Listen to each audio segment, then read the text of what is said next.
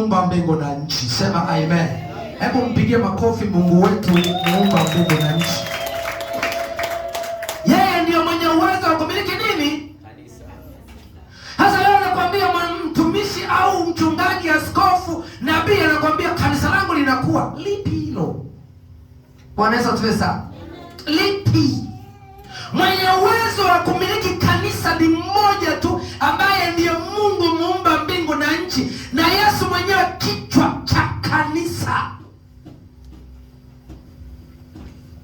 Unaposema kanisa langu, ina maana Yesu na mmiliki. Umeelewa hapo? Yesu si ndio kichwa cha kanisa? Sisi ndio viungo katika mwili wa kanisa, katika mwili wa Kristo, na Yesu ndio kichwa cha kanisa, na Mungu ndio mwenye kumiliki yote. Ina maana mtu anaposema kanisa langu, anatumiliki sisi, anamiliki na Yesu. Amina.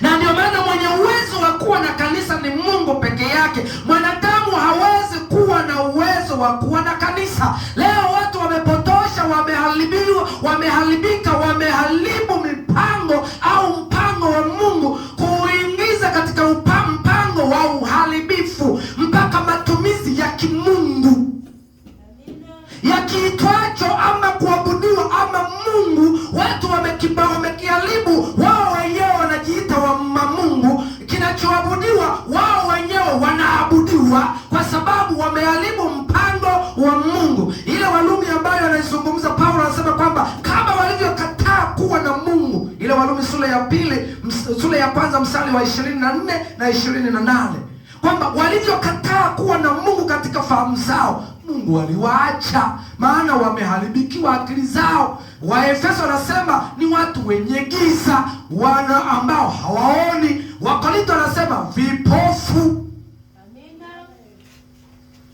Wagalatia anasema ni watu makafiri, waibadilia neema ya Mungu wetu kuwa uongo.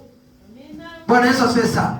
Hasa ukija kuangalia, ni kwa sababu ya yale ambayo yaliyokuwepo, na ndio maana sisi tunamheshimu Mungu. Tunamheshimu kwa sababu yale aliyoyasema ndiyo tunayojifunza, na ndio maana Yesu anasema jitieni nira yangu mjifunze kwangu. Yesu hakusema mkajifunze kwa mchungaji, hakusema mkajifunze kwa nabii, hakusema mkajifunze kwa askofu. Alisema mjifunze kwangu, mjifunze kwangu Yesu kwa yale niliyoyaamuru duniani. Sema amen.